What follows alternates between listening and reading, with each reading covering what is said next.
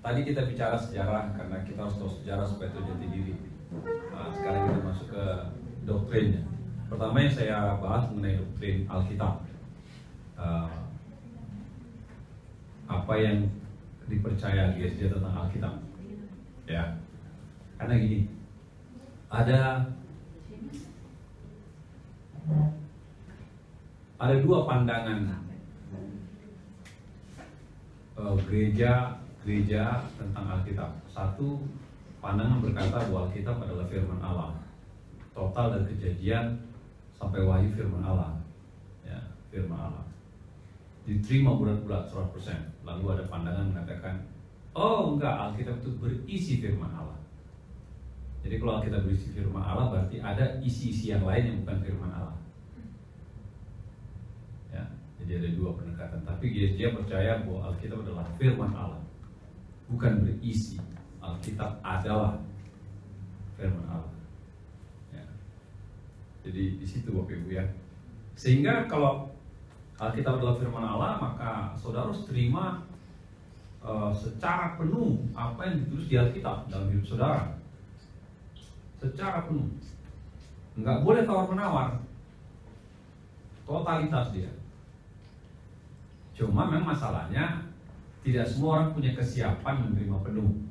Butuh proses juga, ya kan. Namun dari sikap kita harus percaya ini otos tertinggi dari hidup saya. Nggak ada yang lain. Dari situ kita bisa berangkat menjadi orang yang mengasihi Tuhan, karena firman Tuhan katakan orang yang mengasihi aku adalah orang yang melakukan firman. Bagaimana terjadinya Alkitab? Pertanyaannya, Alkitab pada awalnya bukan berbentuk buku, tapi berbentuk gulungan. Gulungan kayak gini. Gulungannya terbuat dari apa, Pak? Ada yang terbuat dari kulit kayu yang dipipihkan. Biasanya kulit kayu yang dipipihkan itu ada yang betul-betul kayu beneran, tapi ada yang terbuat dari tanaman rambat yang kalau saudara Indonesia itu tikar. Lo tikar gak? Tikar itu adalah tanaman rambat yang di air, nanti dipipihkan, nanti dijemur, nanti dianyam dia. Tikar lama itu loh. Tapi ada yang kulit memang ditumbuk dia sampai halus, diproses, nanti bisa lembut, bisa diuruskan lagi, nanti bisa digulung. Ada yang dari kulit binatang pastinya. Ya, kulit binatang dipotong, kulit binatang nanti disasak itunya, apa rambut-rambutnya itu, baru dijemur, nanti diproses, jemur lagi, ditipiskan lagi, nanti di atasnya baru ditulis pakai tinta firman Allah. Jadi bahan dasarnya adalah kulit, kalau enggak kulit binatang, kalau enggak kulit kayu, gulungan. Jadi Alkitab itu digulung. Dan Alkitab itu dalam bahasa Ibrani, Bapak Ibu, nulisnya beda sama Indonesia. Indonesia kalau nulis dari kiri ke kanan, dari kanan ke kiri. Saya pernah belajar bahasa Ibrani sebabnya. Itu dari kanan ke kiri kami nulis. Kanan kiri, hurufnya huruf paku, kotak-kotak deh. Nggak ada huruf vokal, konsonan semua. Makanya hebat orang Ibrani itu. Kalau dua kata konsonan, huruf B sama huruf K, itu hurufnya, itu konsonan kan? Huruf B sama K. Kita nggak tahu mana itu B sama K yang bunyinya buku, mana yang B sama K itu buka. Orang Ibrani tahu. Ngerti kira-kira? Serumit itu. Saya pernah ujian Ibrani sekolah dulu, itu cuma 2 ayat bahasa Ibrani, ngerjainnya 3 jam. Cuma 2 ayat, itu ngerjain 3 jam. Lama juga. Rumit dan sulit, ya. Ini bentuk konkretnya. Tadi perubahan konkret jadi ditulis seperti itu.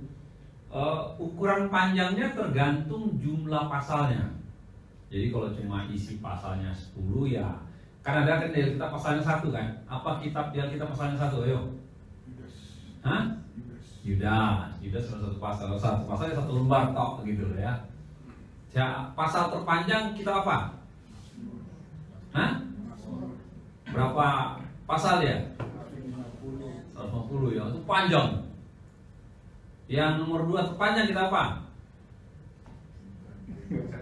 Ini sekolah minggu ini. Ada tahu? Nomor 2 terpanjang. Apa kitab yang pasalnya lebih dari 60 selain Mazmur? Kita kapan? Amsal 30, 31 Amsal. Bukan dulu Pak. Yesaya.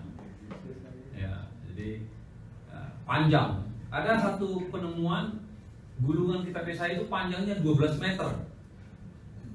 Dia kan nemu wah 12 meter kayak itu digulung. 12 meter panjangnya penemuan. Ya, itu penemuan aja. The word of God is life and powerful. It will be set you free, comfort you, heal you, and free your soul.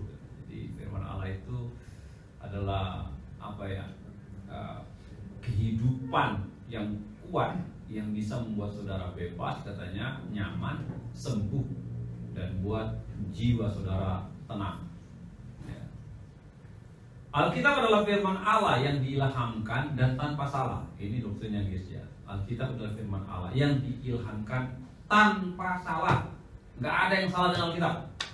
Titik komanya, makanya Tuhan katakan barang siapa menghilangkan satu iota, terkutuk dia. Iota itu ada, kalau Indonesia katakan itu titik koma, padahal itu permainan tanda untuk huruf vokal yang bahasa Ibrani, itu iota. Jadi iot dia dari kata iot, ya tik gitu, kayak koma di atas gitu. Itu hilang maka sebuah kata lain artinya iota itu. Kalau titik hilang nggak berubah kalimat, dapat ya. Tapi kalau iot hilang itu merubah arti kata, itu bahasa Ibrani. Ya, jadi kalau hilang dia merubah, menghilangkan berarti menghilangkan makna kata. Itu sebagai implikasinya. Makanya siapa menghilangkan bisa nyasar orang nanti, salah arti gitu membaca. Katanya dia terkutuk. Satu-satunya kaidah yang mutlak dan berwenang bagi iman dan perilaku orang percaya. Jadi Alkitab firman Allah yang diilhamkan tanpa salah dan merupakan satu-satunya kaidah. Kaidah itu apa sih? Norma, ya, aturan dasar rujukan yang mutlak, berwenang pula. Berwenang itu ya dia penentulah bagi iman kita, perilaku kita dimana kita berada. Jadi sebenarnya kalau ada masalah saudara, sebenarnya gampang aja, baca aja Alkitab. Masa kita nggak terima kadang-kadang kalau kita nggak terima. Oh itu kan tempo dulu nggak untuk gua gitu.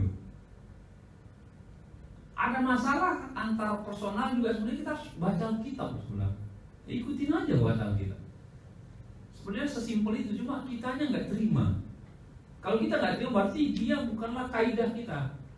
Kita masih jadikan referensi peraturan dunia, undang-undang, hukum yang berlaku itu jadi kaidah kita. Makanya runyam dunia. Contoh, kalau ada dua orang berantem dalam hal apa, kan kalau Alkitab kata selesaikanlah sebagai keluarga, ya kan? Cuma kan orang Kristen enggak, panggil pengacara biar rame gitu kan. Kalau udah Kristen tuh udah ada aturan baku, selesaikan cara keluarga lah di dalam keluarga Kristus. Karena di luar sana hukumnya sudah beda. Pasti repot Anda, dipeloroti aja. Ya, dipeloroti aja. Papa saya orang hukum. Papa saya itu nomenser, orang hukum. Dia kasih nasihat sampai sekarang saya ingat. Anakku, satu kali ada masalah dalam dirimu di kemudian hari, hindarilah meja hukum. Selesaikanlah ke keluarga. Itu jalan terbaik katanya. Kalau kau masuk di sana, itu rumit dan kau nggak bisa tidur. Diteleponlah, dipanggillah, verifikasilah, diperjelaslah, ditanya ulang lah, disidang lah, capek kau katanya, nggak habis uangnya. Saya ingat sampai sekarang. Jadi kalau ada masalah, mendingan damai-damai lah katanya. Bayar nggak pasal damai, tapi jangan dibawa sampai ke sana, repot, lelah kita di situ, habis energi katanya. Kalaupun menang udah habis, kalaupun saudara menang udah habis dulu katanya. Dan tidak ada yang menang di situ. Kalau bisa, ya ikuti kata Alkitab gitu. Selesaikan dalam kekeluargaan. Masalahnya kan kalau selesai keluarga kita merasa pengen menang semua, itu masalah kita, maruk kita masih kelihatan gitu. Ya, sementara kita katakan ya kalau boleh mengampuni. Nggak bisa Pak, ini aset saya Pak, harta saya. Alkitab katakan, kalau kita Alkitab ya, ada orang minjem kasih katanya. ambil baju jaket mau kasih, itu Alkitab loh, itu jelas itu. Nggak terima, ya kita bilang nggak terima. Kita pikir rugi, padahal enggak. Kalau kita kasih dengan logo, ada cara Tuhan berkati saudara lebih dari yang Anda lepaskan. Mengapa saya ngomong? Saya ngalami loh Bapak Ibu. Saya alami itu. Makanya saya ngomong sama saudara. Ada orang yang gini-gini, lu mau ambil aja, betul-betul legowo, karena saya percaya ayat tadi. Saya beli jas, ini anak sekolah kita, beli jas itu sebuah kebanggaan. Jas itu kuat banget tante. Dulu sekolah kita 4 semester 7 lah, 37 itu udah master. Ini saya nabung loh beli jas ini, nabung saya beli jas, nabung 3 bulan beli jas, keren dah. Jadi kalau kebaktian pimpin WL itu keren gitu. Ya. Satu kali adik kelas saya mau tampil drama, dia pinjam jas yang saya. Waduh, pinjam, bener nggak pakainya lecek nggak kan gitu. Sementara ini saya plastikin nih barang, ini merupakan salah satu barang termahal yang saya miliki, jas dan penuh rapat. Ya. Pinjam sama dia, pinjam 1 hari nggak dibalikin, 2 hari nggak dibalikin, 1 minggu, 1 bulan nggak dibalikin. Padahal beda kamar kan, dia selama beda kamar cuma tante. 1 bulan nggak dibalikin. Nggak tahu tiba-tiba ya Tuhan akhirnya dia bawa dari laundry sama dia. Bang, ini jasnya bang. Gitu. Bagus jasa bang ini ya katanya. Oh, dipuji lah dia. Oh iya. Di mana beli bang? Di sana. Kapan saya punya kayak gini ya bang? Antara minjem dan minta sudah dekat biasanya gitu. Kapan saya punya? Pertama minjem minta. Ya, makasih ya bang. Jadi pulang. Dia keluar kamarnya. Nggak tahu saya bergerak. Kayaknya dia pengen. Ini sepertinya perasaan saya. Roh Kudus bilang, udah yuk kasih. Saya bilang, ini satu-satunya di Tuhan. Roh Kudus bilang, kasih. Tapi kasih. Ini saya nggak berantem sama dia. Di kelas saya baik istilahnya. Ini barang-barang. Saya buka kamar saya, dia lagi jalan dulu. Sini saya bilang. Kenapa sini lah? Putar balik dia. Kau baju sini. Mau lah bang, dia bilang. Pergi dia. Makasih bang, makasih. Gak pakai nama. Takut tunggu pikiran ya. Makasih bang. Pergi dia sebetulnya. Kalau yang kecil saja kita nggak bisa, yang besar pasti nggak lulus. Apa ya? Yang kecil saja nggak bisa, yang besar pasti. Sebenarnya norma-norma itu ada banyak aturan di Alkitab, asal kita peka aja sih. Kalau itu kita jalankan Bapak Ibu, aduh, pembelaan Tuhan atas firman-Nya ya dan amin. Karena Tuhan akan bela orang yang melakukan firman-Nya, ya kan? Itu kata firman Tuhan. Orang akan bela yang melakukan firman. Pastilah. Alkitab adalah firman Tuhan yang diilhamkan tanpa salah dan berotoritas, ya. Karena Allah adalah Maha Kuasa, Maha Tahu dan sepenuhnya sempurna, maka firman-Nya memiliki karakteristik yang sama. Sekali lagi, mengapa Alkitab berotoritas? Karena yang ngomong ini Maha Tahu, Maha Sempurna, ya, dan Maha Kuasa. Karena sifat-sifat itu ada pada Allah dan sifat-sifat itu ada pada firman-Nya. Kalau ada aturan firman Allah yang menunjukkan kepada kita sebuah aturan lain, kita belum terima saat ini karena kita belum tahu di ujungnya kayak apa. Firman itu udah tahu, lakukan aja gitu. Firman itu udah tahu ujungnya, kita belum lihat, tapi kita enggak. Kalau gimana nanti gimana? Enggak, lakukan aja. Firman itu sudah tahu ujungnya, karena Tuhan nggak tahu. Tidak pernah orang yang melakukan firman Allah itu kalah. Karena yang berfirman Allah. Mungkin set 1 kalah, langkah kedua kalah, tapi ujungnya win. Allah pemenang. Firman-Nya pasti menang. Ya. Alkitab adalah kumpulan kitab-kitab yang diakui sebagai kanonik. Nah, ini mulai masuk ya, puyeng-puyeng dikit. Apa ini Pak? Ini temennya Risol ya Pak, kanonik ya Pak. Dan diakui firman Allah oleh gereja Kristen. Kata Alkitab, bahasa ini pakai kata biblos, artinya kitab-kitab yang agung, ya. Kata ilham, nah, kita mulai dimasuk. Bagaimana sih cara penulisan Alkitab? Kita harus ingat kata ilham dulu.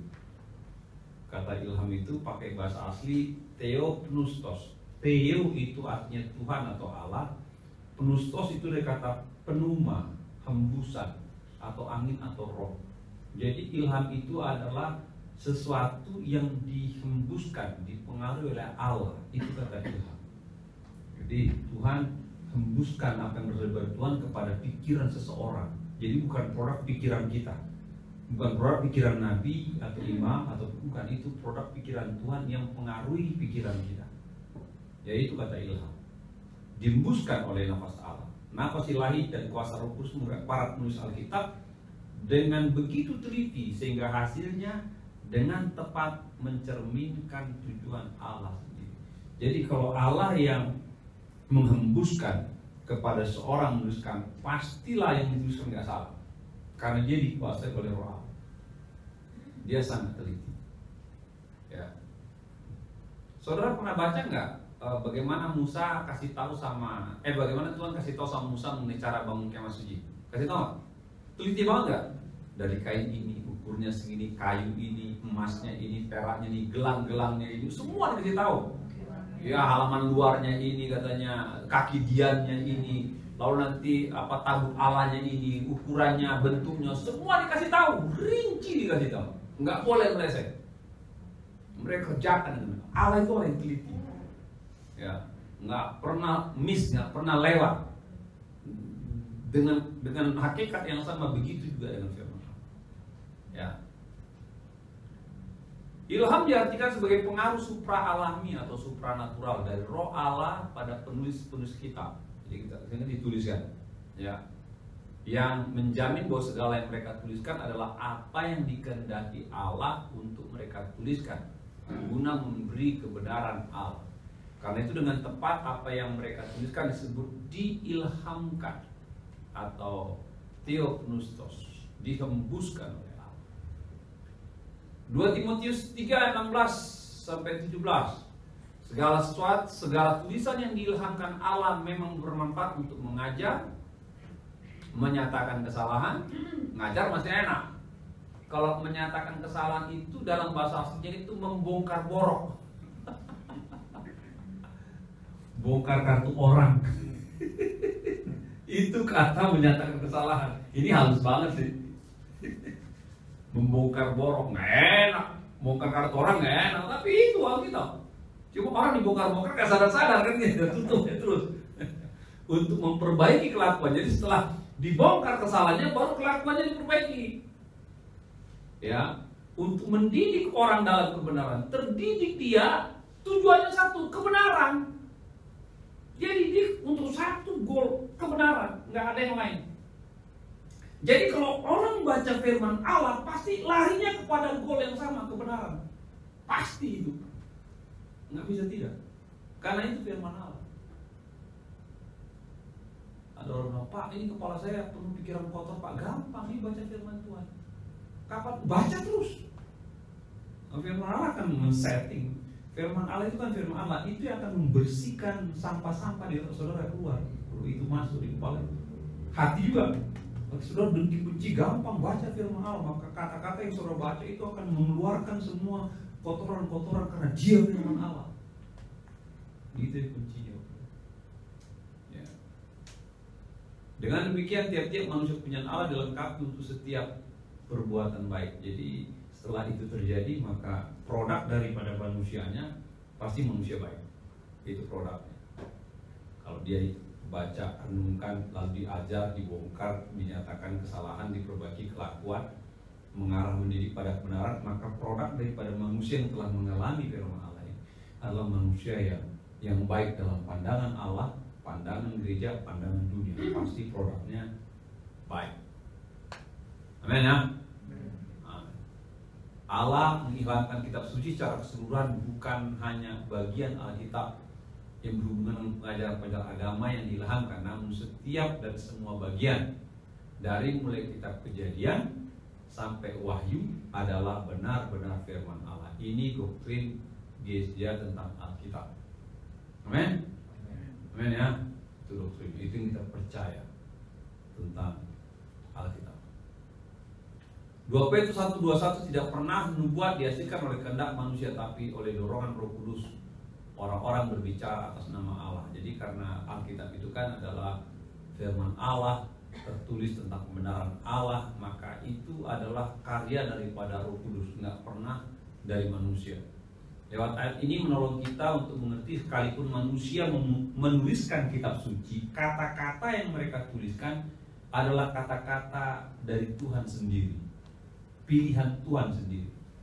Meskipun Tuhan pakai orang dengan keunikan pribadi dan gaya menulis yang berbeda, namun Allah yang mengilhamkan kata kalimat yang mereka harus tuliskan.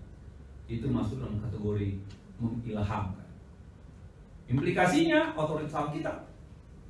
Iya, mengatakan Alkitab otoritas mutlak. Firman Allah adalah standar untuk mengevaluasi dan memahami segala sesuatu dalam hidup pribadi karakter orang percaya. Dia berotoritas penuh. Harus diikuti. Alkitab berdiri sebagai hakim, bayangkan. Alkitab berdiri sebagai hakim dari segala sesuatu kehidupan orang Kristen. Pendeta boleh gak didengar, gembala boleh diabaikan, firman Allah gak boleh. Dia judge tertinggi. Bacalah, ikuti sudah, karena gak ada salah. Tidak ada kepentingan Alkitab. Kalau maaf nih, kalau pemimpin rohani tegur orang, kadang-kadang ada kepentingan. Ya, kalau orang ini baik selama ini, kadang-kadang banyak bantu, agak lembut kita negur dia. Itu kepentingan. Kalau kita enggak, tebas-tebasnya, mau kaya, mau miskin, mau tebas-tebasnya, enggak boleh. Enggak ada kepentingan. Alkitab enggak ada kepentingan. Dapat ya? Jadi saudara lakukan untuk saudara, lakukan untuk saudara gitu. Enggak ada kepentingan Alkitab. Enggak ada kepentingan firman Allah. Jadi mendingan lakukan. Enggak lakukan pun untuk saudara juga hasilnya. Karena tujuannya pasti baik. Produk Alkitab itu pasti baik kalau dikerjakan. Apapun yang terjadi di saudara. Ya. Alkitab berikan wahyu kepada setiap bidang kehidupan umat Allah mengenai bagaimana seharusnya mereka berfungsi. Contohnya keluarga, berjalan sesuai dengan hukum keluarga gereja, berjalan sesuai dengan hukum gereja. Pemerintah sipil ada Roma 1. Jadi bagaimana kita menjalani keluarga, Bapak Ibu, bagaimana kita bergereja, bagaimana kita bernegara, ada di Alkitab ditulis itu ada. Ada, kita aja nggak jeli. Bagaimana kehidupan bersosial juga ada aturan mainnya. Jangan bahkan tuan sama budak juga ada aturan mainnya. Ya. Tuan sama budak itu pimpinan sama karyawan. Kalau sekarang lah istilahnya ya, diperhalus. Itu ada aturan main Alkitabnya. Cuma kadang-kadang kita nggak teliti aja menjelaskan apa butir-butir nilai-nilai daripada otoritas firman Allah. Implikasi kalau itu firman Allah berarti Alkitab tidak keliru. Ketidakkeliruan Alkitab harus dapat diterima tanpa syarat karena Alkitab diilhamkan oleh Allah dan Roh Kudus. Pengilhaman berhubungan dengan metode yang dipakai Allah untuk mencatat isi tersebut dengan benar dalam Alkitab melalui penulis. Ketidakkeliruan Alkitab adalah doktrin penting gereja, GSJA. Jika disangkal, maka berbuahkan kekeliruan dalam doktrinnya dan kehidupan. Jadi kalau kita bilang Alkitab itu ada salahnya itu, berarti iman saudara ada salahnya juga. Itu implikasinya. Berarti Tuhan kita ada salahnya. Kalau kita katakan ada, pasti ada yang salah dalam Alkitab itu. Berarti kita sedang meragukan dia yang sempurna. Berarti dia ada yang salah karena dia berfirman. Ya, ada yang keliru. Akan itu terjadi. Ya.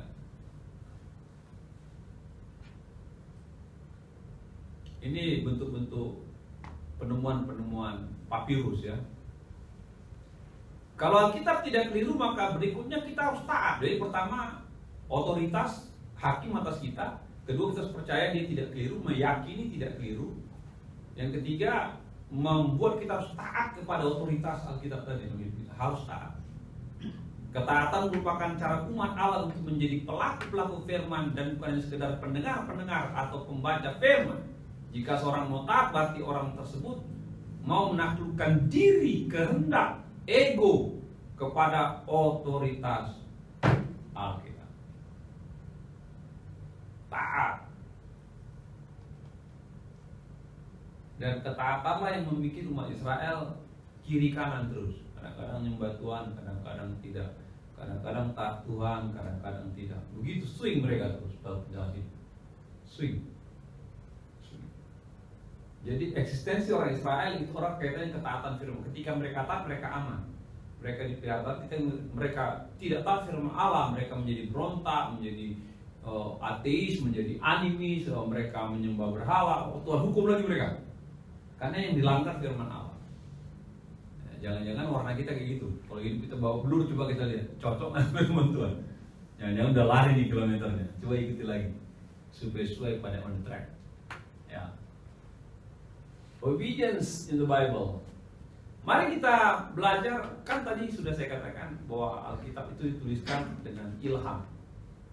Roh Kudus atau Roh Allah mempengaruhi pikiran daripada si penulis, maka si penulis tulis ayat-ayat gitu kan.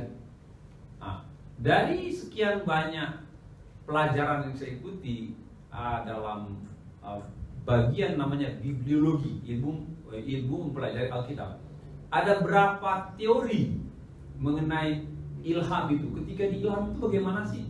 Apakah benar Tuhan ngomong sama si Nabi, tuliskan firman ini kepada bangsa Israel? Tuhan langsung ngomong gitu, verbal, langsung dia tulis catat. Ketika raja ini tidak taat pada saya, maka keluarganya akan saya binasakan. Apakah benar nggak? Tuhan langsung dia tulis gitu loh. Jadi ngomong satu. Waktu kita SD kan ada pelajaran dikte ya. Guru ngomong kita ikut. Sekarang udah nggak ada itu. Yang dikte sekarang iPad. No, kita pencet aja gitu ya.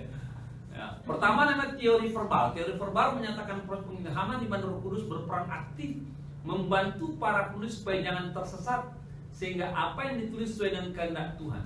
Teori ini menegaskan bahwa pengaruh Roh Kudus menjangkau lebih jauh daripada sekedar mengarahkan pemikiran, ide atau konsep yang ditulis. Jadi betul-betul Roh Kudus dikatakan menguasai ide, perasaan, hati, pikiran sehingga penulis menuliskan ayat itu. Betul-betul merasuk dia sehingga dia menuliskan ayat itu.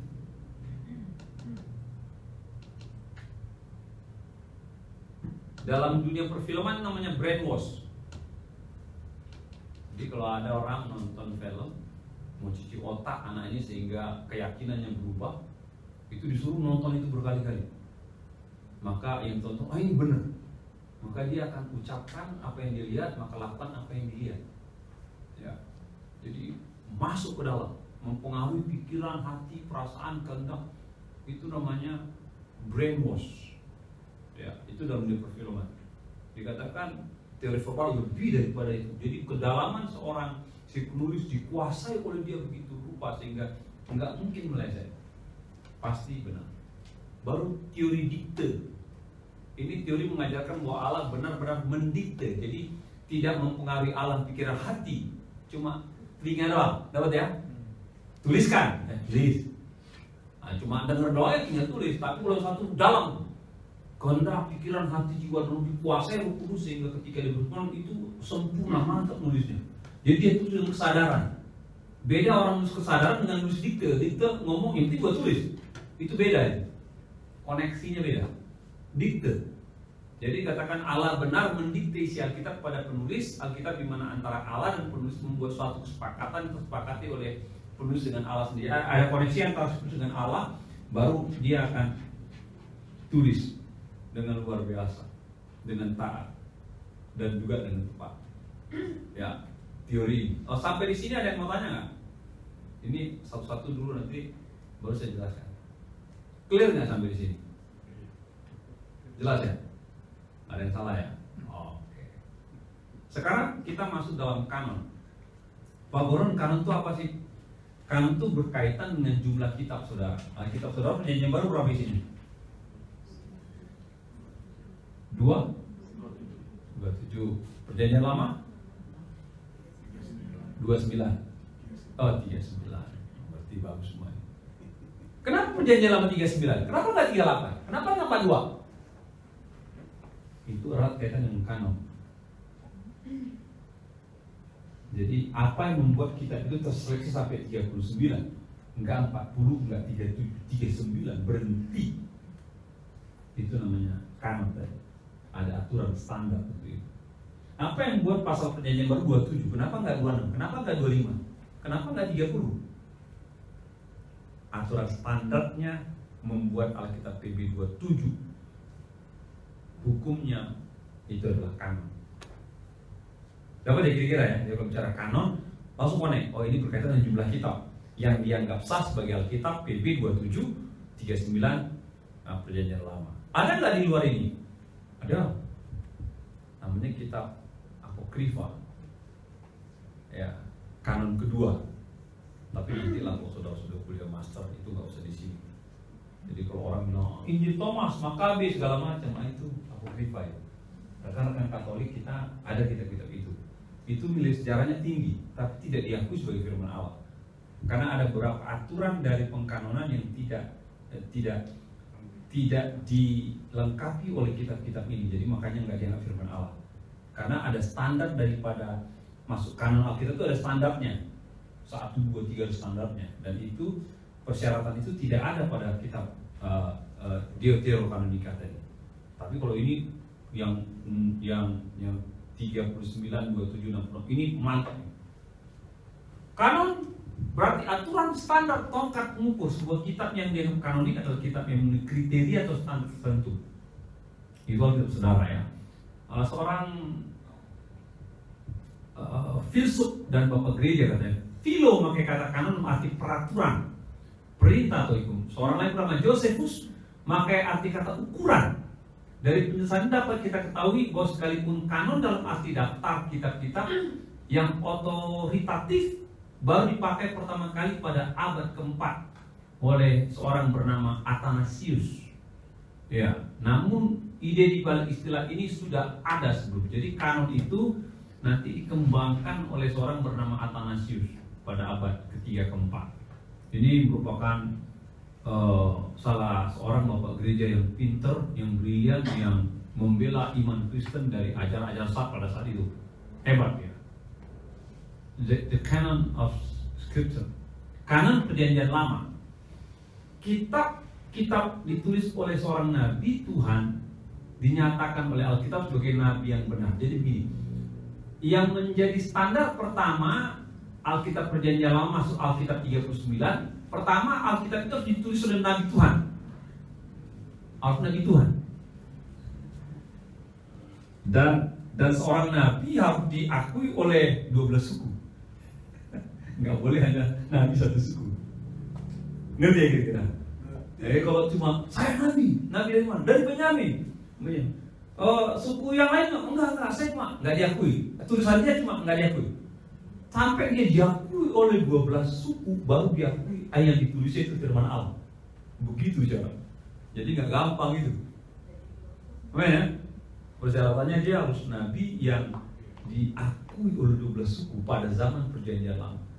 Mau dia khotbah di Tiberias, mau dia khotbah di Yerusalem, mau dia khotbah di Antioquia, mau dia khotbah di Efesus, mau khotbah diterima dia. Ini benar nabi ini.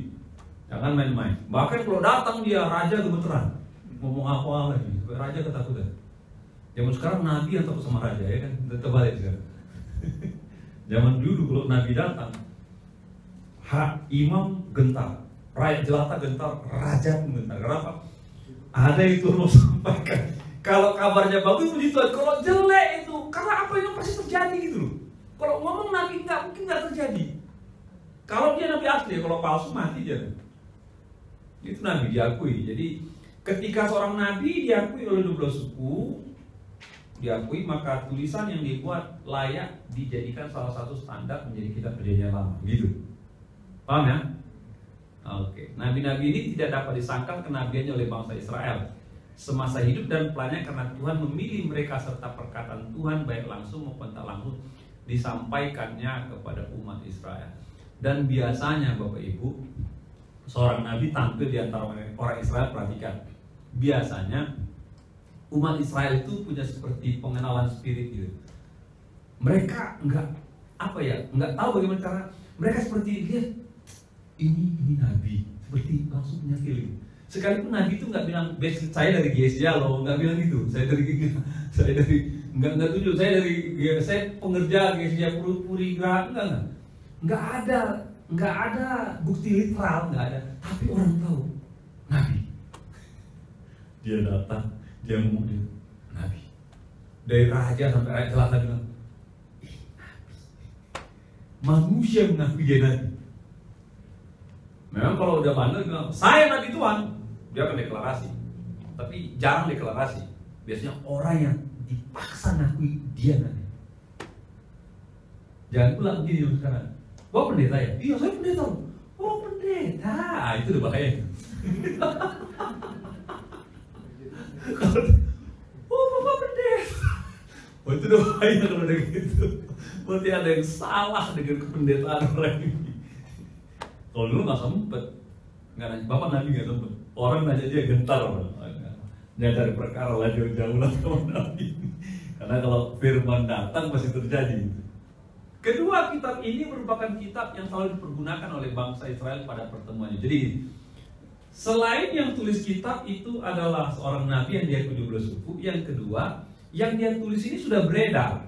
Kan dia tulis nih, dipakai panduan untuk baktian di bait Allah, di sinagog.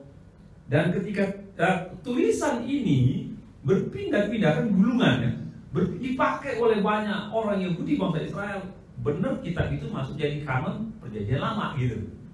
Menjadi salah satu syarat ini benar-benar kitab perjanjian lama. Oke, sebenarnya banyak, saya sebutkan 3 yang paling besar aja. Oke. Yang ketiga, kitab ini dikutip atau diajarkan oleh Tuhan Yesus maupun para rasul sebagai referensi dalam khotbah ajaran yang disampaikan. Pernah nggak Yesus kutip dari kitab Mazmur? Dia bilang, oh, kitab suci menuliskan, kitab suci mengatakan waktu dia debat sama Inggris kan gitu kan, ada tertulis kan gitu. Dia kutip dalam perjanjian lama dari bagian-bagian kitab perjanjian lama. Jadi kalau Yesus kutip perjanjian lama itu masuk dalam satu syarat dia menjadi kategori bisa diakui kitab perjanjian dari 39 tadi. Ya, yang keempat saya tambahin. Biasanya dalam tulisannya ada kata-kata seperti ini. Demikianlah firman Allah. Baca ya perjanjian Allah. Demikianlah firman Allah berfirman. Kalau itu ditulis itu sukar orang bilang ini enggak suka karena kata-kata itu kuat. Karena begini Bapak Ibu, dalam bahasa asli menulis Tuhan itu kata Tuhan itu berat. Jadi bahasa aslinya itu pakai Yahweh. Ya, orang Ibrani nggak sembarang ngomong seperti saya ini, bilang Yahweh. Mereka menyebut nama Yahweh itu nggak berani karena ada hukum Taurat, jangan menyebut nama Tuhan Allahmu dengan sembarangan. Orang Indonesia serampangan, bukan sembarangan. Maka mereka ketika baca huruf itu Bapak Ibu, mereka pakai panggilan, nama panggilan Adonai, bukan Yahweh dari Arabia. Mereka panggil. Jadi kalau mereka sebut Adonai berarti yang nama Yahweh tadi. Bahkan kalau ada tulisan itu, tulisan nama Tuhan Yahweh di tembok mereka lihat, mereka tunduk itu, Adonai, mereka mundur, baru mereka jalan. Sampai sebegitu mereka dengan nama itu tertempel di batu, di tulisan di dinding. Mereka baca, mereka tunduk, mereka akan baca Adonai, mereka mundur. Baru mereka jalan. Sampai seperti itu hormatnya mereka. Jangan menyebut nama Tuhan Allah sembarangan. Kita nggak akan ada foto Yesus maki-maki juga gitu kan. Ada foto Yesus, kita maki-maki juga orang. Kalau udah ada fotonya gitu. Ini sudah baru main nama saja. Seperti itu.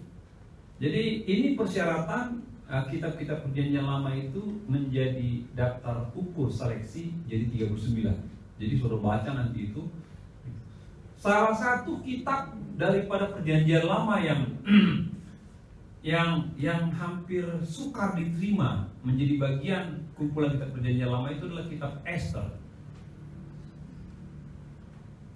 Karena kitab Esther saudara baca, kata Tuhan tidak ada. Baca deh. Ya.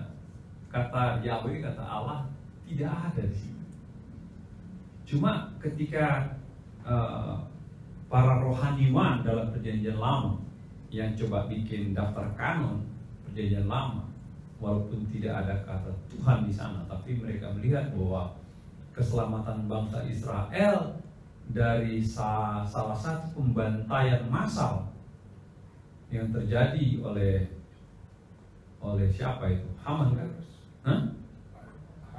Haman kan, Mordekai pamannya Esther kan, yang disinggung oleh Haman karena Mordekai nggak hormat sama dia. Dia merupakan orang ketiga pada saat itu di benteng Susan di Babel, makanya dia sudah mengatur strategi politik untuk membunuh semua orang Israel di Susan. Jadi itu seperti Holocaust Yahudi yang dibantai oleh Hitler itu, bunuh satu bangsa. Itu harus terjadi pada saat. Tapi itu digagalkan karena Mordekai kasih tahu sama si Esther bahwa ada bahaya. Walaupun Esther sebenarnya tidak diketahui dia dari orang Israel, tapi Mordekai katakan jangan kamu kira kalau kamu itu permaisuri luput karena kamu orang Israel. Maka Esther katakan berdoalah untuk saya, berpuasalah katanya. Mereka doa puasa, lalu Esther menghadap raja, dan ketika raja berkenan, raja diundang makan, lalu Esther memberitahukan ada satu strategi muslihat yang ingin membunuh dia punya bangsa. Lalu si raja katakan siapa ini, pada akhirnya si Haman yang digantung. Ya. Jadi peristiwa penyelamatan lewat perbuatan spiritual di mana doa puasa dipanjatkan, itulah yang menjadi patokan para tokoh perjalanan. Kitab Esther masuk perjanjian lama gitu. Walaupun tidak ada kata Tuhan di situ. Tapi penyelamatan yang luar biasa terjadi karena mereka doa puasa. Bisakah ditarik kalau saudara terancam bahaya kalau doa puasa? Bisa. Bisakah ditarik kalau keluargamu terancam bahaya doa puasa? Bisa. Bisakah ditarik kalau keuanganmu, bisnismu terancam bahaya doa puasa? Bisa. Kenapa tidak? Minta sama Tuhan, doa puasa. Masalah jawaban, masalah cepat apa lambat itu urusan Tuhan. Nggak bisa gitu, Tuhan besok, nggak bisa. Tapi tindakan doa puasa itu biblical sekali. Masalah dia proof sama Tuhan itu udah urusan dia, disetujui apa tidak. Tapi tindakan doa puasa itu biblical atas sebuah kejadian bahaya kehidupan. Amin ya. Cuma jangan doa puasa supaya orang celaka, nggak benar itu. Supaya lawan bisnisnya bangkrut, jangan. Kamu sedangkan dagangin aja, jangan doa puasa orang gitu. Doa puasa lah kan dan sudah laku gitu ya. Ini perjanjian lama ya. Bagaimana perjanjian baru? Wih, oke, ini sudah versi modern. Saudara lihat kali ini itu kertas beneran, gulungan. Saudara lihat itu rolnya panjang nggak itu? Gede ya. Kalau dibuka berapa meter itu kita perjanjian lama itu. Ya, perjanjian lama. Ini para reba ya, para rabi. Saya ke Israel satu kali, saya doa di tembok ratapan. Saya doa di sana. Ada doain jemaat juga. Bayangkan ya, gembala sidang itu udah berapa yang doain jemaat gitu. Saya ada masalah jemaat saya bilang, Tuhan tolonglah, ini masalah jemaat saya. Kurang baik apa gembala gitu, coba. Masalah saya ini saya nggak doain, masalah jemaat saya doain sampai ke Yerusalem, saya doain masalah jemaat saya itu. Tolonglah Tuhan itu. Tembok ratapan. Orang Israel kan bikin di kertas, selipin di celah-celah batu. Itu mereka doa. Mereka doa itu 1 jam, 2 jam, 3 jam. Bahkan ada orang-orang Ibrani dulu di bangku buka Alkitab bahasa Ibrani itu, bacanya teriak, baca ada 3 orang, apa satu lapangan dengar, bacanya kencang ya, mungkin kalau Mazmur 23, Allah adalah gembalaku, Allah adalah gembala yang baik. Takkan teriak sampai orang turis denger. Baca dalam bahasa Ibrani. Kita buru-buru baca kitab, makan di food aja diam-diam. Mari kita makan. Amin. Kita makan itu. Malu gitu. Cepat kita doa biar orang jangan dengar. Belum baca ayat tuh. Baca. Waktu saya balik, ini laptop saya balik, kaget saya di hadapan tembok ratapan ada sebuah gedung besar sekali. Lalu ada tulisan di situ, namanya University of Torah, Universitas Torah. Pasti mata kuliahnya Alkitab Perjanjian Lama. Maksudnya ini saya rasa, mereka teliti itu ayat-ayat Perjanjian Lama. Mereka teliti cerita, mereka perjelas, mereka gali kata ayat. Kalau ada yang hilang mungkin mereka coba cari sampai jelas gitu. Nah itu mereka. Jadi Alkitab mereka masukkan dalam kurikulum akademik yang kuat. Itu mereka. Ya, itu mereka. Bagaimana dengan cara syarat kanun perjanjian baru tadi? Lama sudah tahu ya. Baru. Waduh, waktu udah habis sih saudara. Saya minta 10 menit ya. Nah 12:10 kita istirahat ya. Ini kurang dari saya. Kitab ini harus ditulis oleh rasul, itu pertama. Jadi maksud perjanjian rasul yang tulis. Ya. Atau yang menjadi saksi mata langsung dari Tuhan Yesus Kristus. Ya, jadi rasul. Siapa? 12 rasul. Ya. Atau saksi mata yang hidup pada zaman Yesus. Injil Markus itu ditulis Yohanes Markus. Ada pada zaman Yesus dia. Matius itu pemungut cukai. Pernah baca pemungut cukai yang di zaman Yesus lalu dia tinggal segala macam? Ya kemungkinan dia pun kitab Matius ada.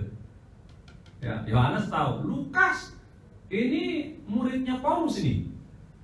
Ya, masih satu letting dalam kehidupan si Timotius, Titus segala macam. Masih hidup pada zaman murid-murid pertama.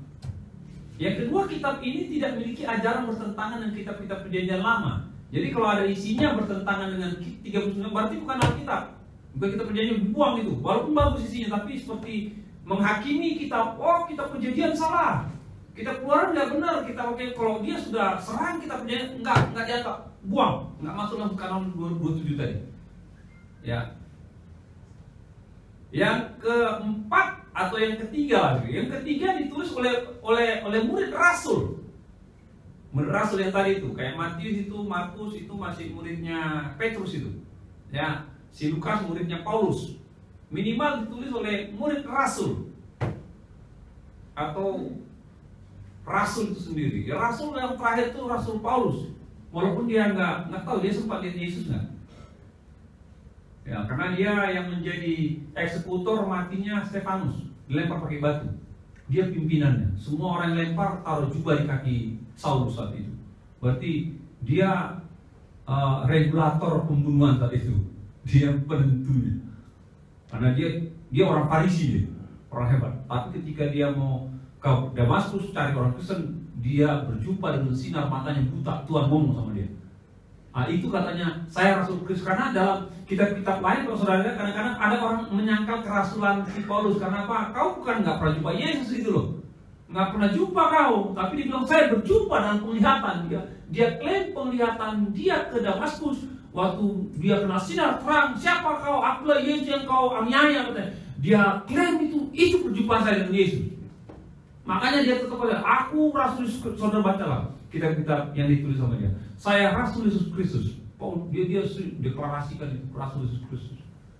27 kitab Perjanjian Baru, hampir 12-13 kitab ditulis oleh Paulus. Hebat. Separuh 50-40% ditulis oleh pribadi saja.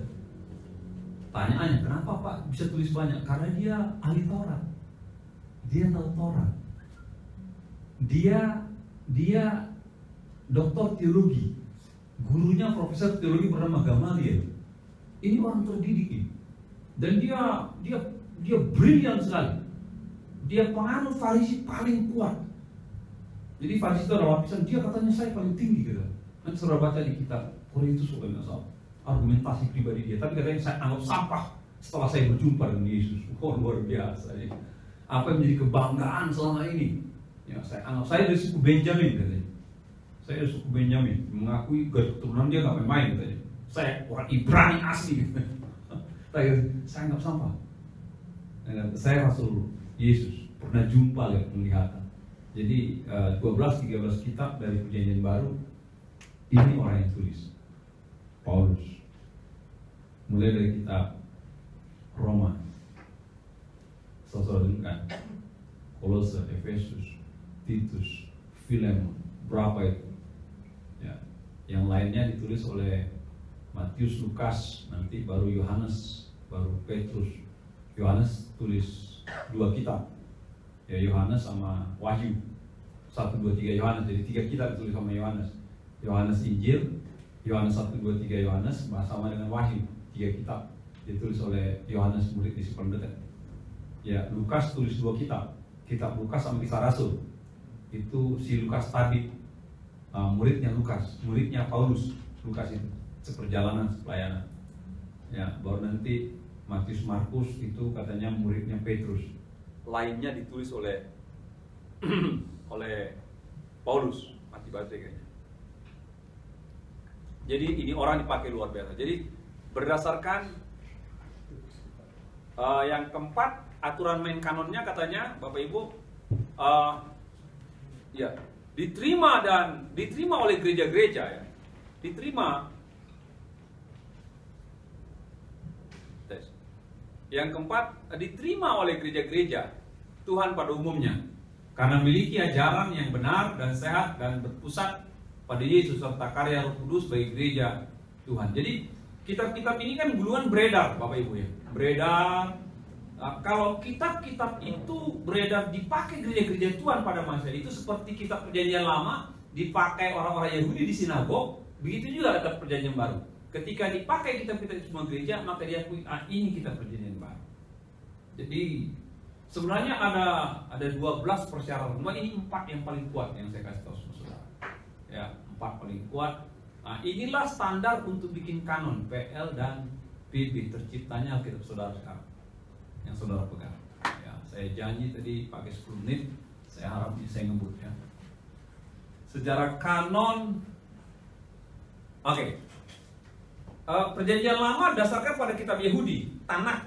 Kitab Tanakh terdiri dari Taurat, Nevim, nabi-nabi besar, Ketuvim, nabi-nabi kecil. Dari 3 bagian kitab Yahudi, Tanakh, Nevim, dan Ketuvim. Ya, kanon Perjanjian Lama itu katanya akhirnya tutup gerbang.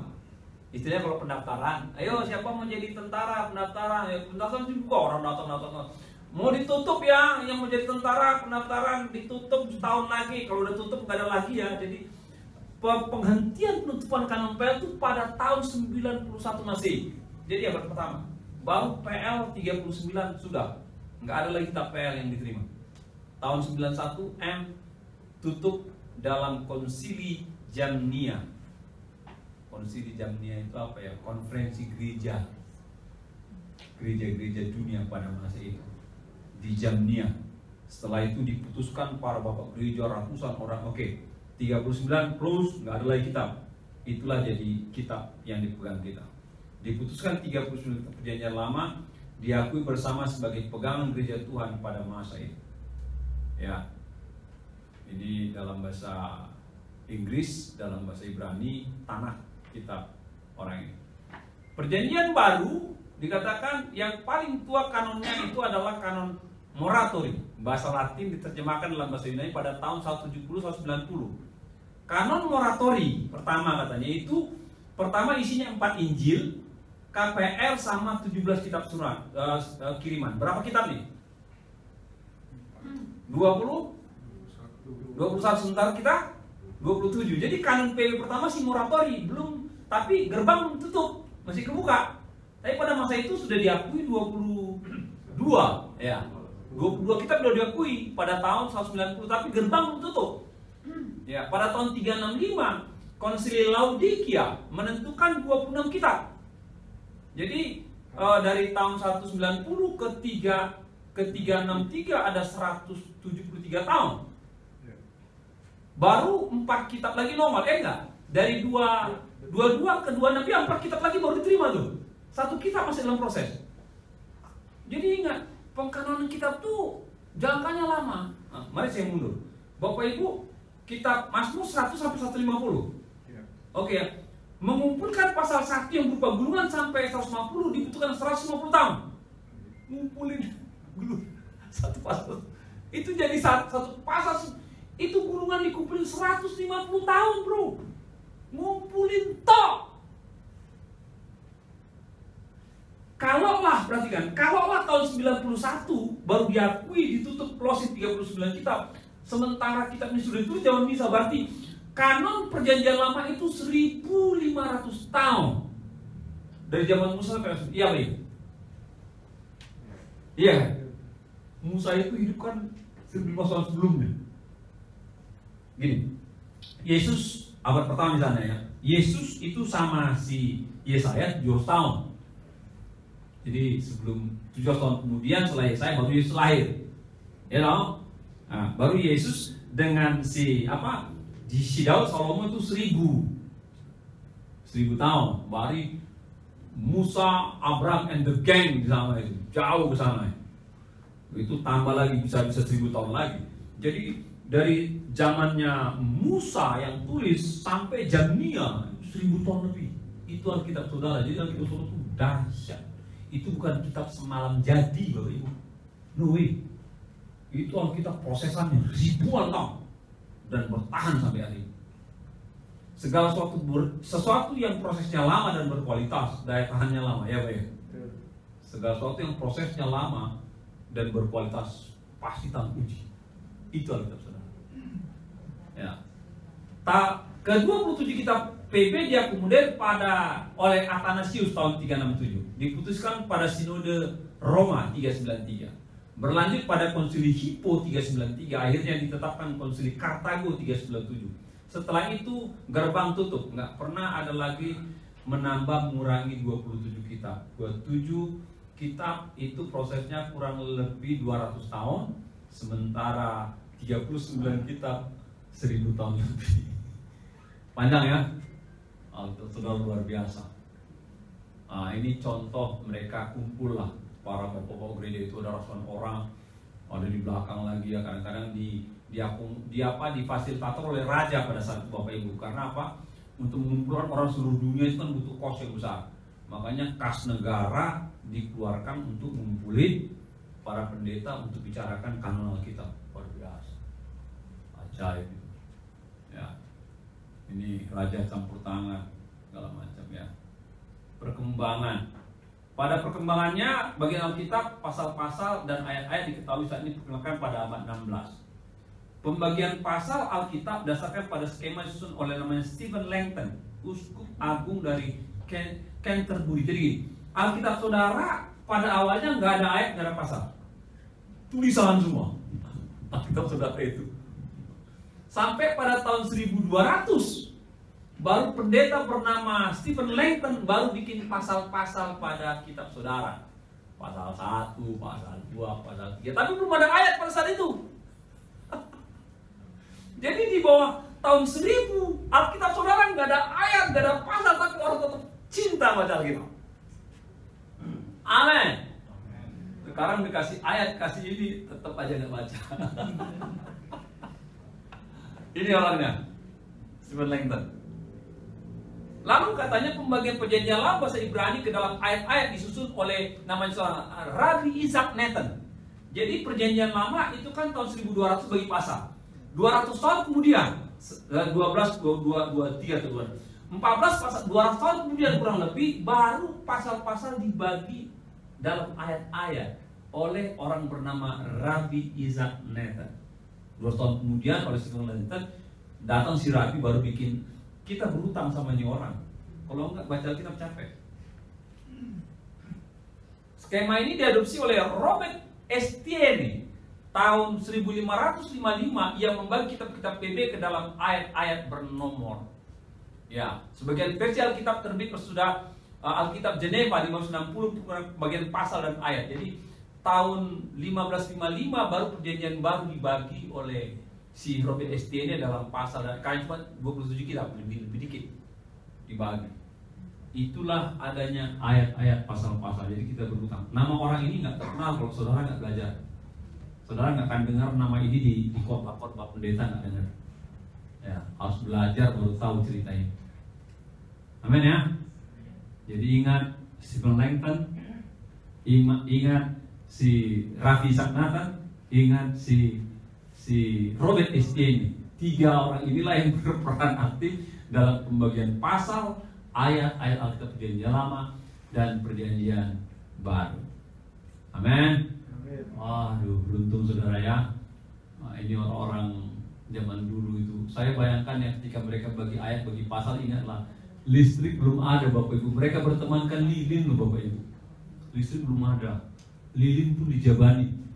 Mereka bagi, mereka baca, mereka bagi terjemahan. Saya rasa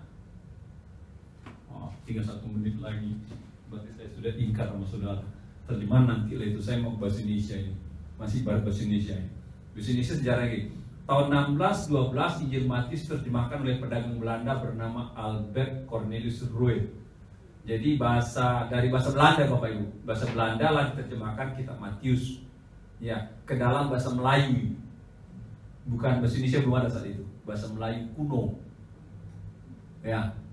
Lalu 68 penerjemahan percetakan seluruh Perjanjian Baru oleh Brouwerius dalam bahasa Melayu juga. Belum ada bahasa Indonesia.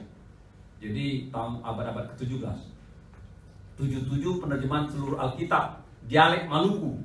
Jadi Alkitab saudara dalam dialek bahasa Ambon itu duluan lengkap dari bahasa manapun di Indonesia. Ya, oleh seorang bernama Simon Delangi. Jadi beruntung orang Ambon. Mereka sudah punya Alkitab bahasa Ambon abad 17. Ya, berbahagia. 1731 Perjanjian Baru oleh jawatan kuasa penerjemah pimpinan Melchior Ledecker. Jadi zaman itu POC berkuasa di Indonesia, lalu ada lembaga penerbitan legal pemerintah, lalu dipimpin oleh si Melchior Ledecker, dan dia coba membuat penerjemahan baru ke dalam bahasa Melayu. Ini orangnya, si Ledecker, orang Londo.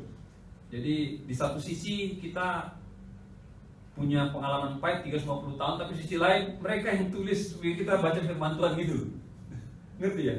Satu sisi ada bagian dari Londo yang ambil harta kita 350 tahun jajan, tapi sebagian lain mereka menaburkan benih iman gitu, sehingga terjadi keselamatan di Indonesia. Amin. Ada dua hal yang nggak bisa kita pisah. 1733 penerbitan Perjanjian Lama Perjanjian Baru oleh si Ledecker. Jadi tahun 733 lah Perjanjian Lama Baru lengkap 66 kitab dalam bahasa Melayu. Dari bahasa Belanda dia terjemahin ke bahasa Melayu. Nggak dibayar itu.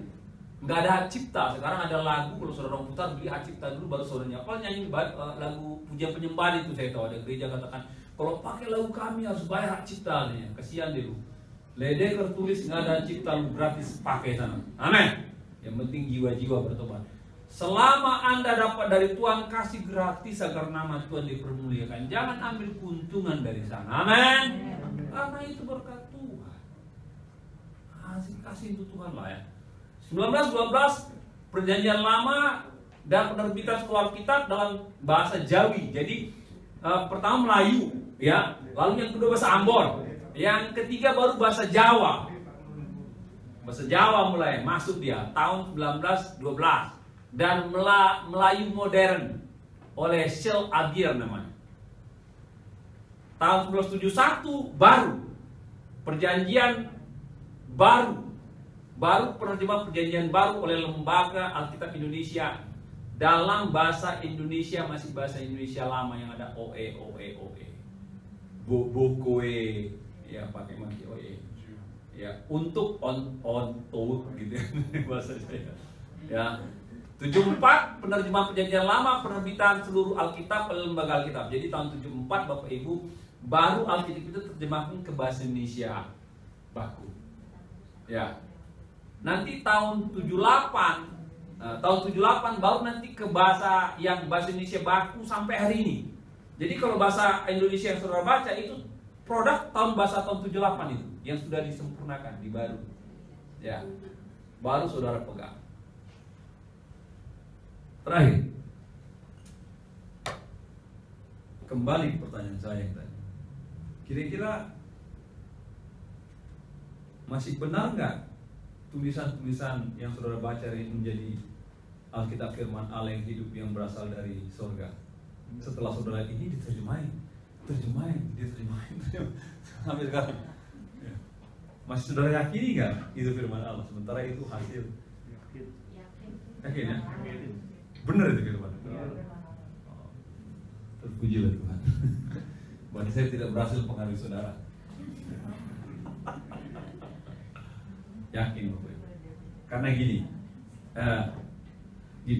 kalau itu bukan firman Allah, pasti akan terjadi kesalahan penerjemahan.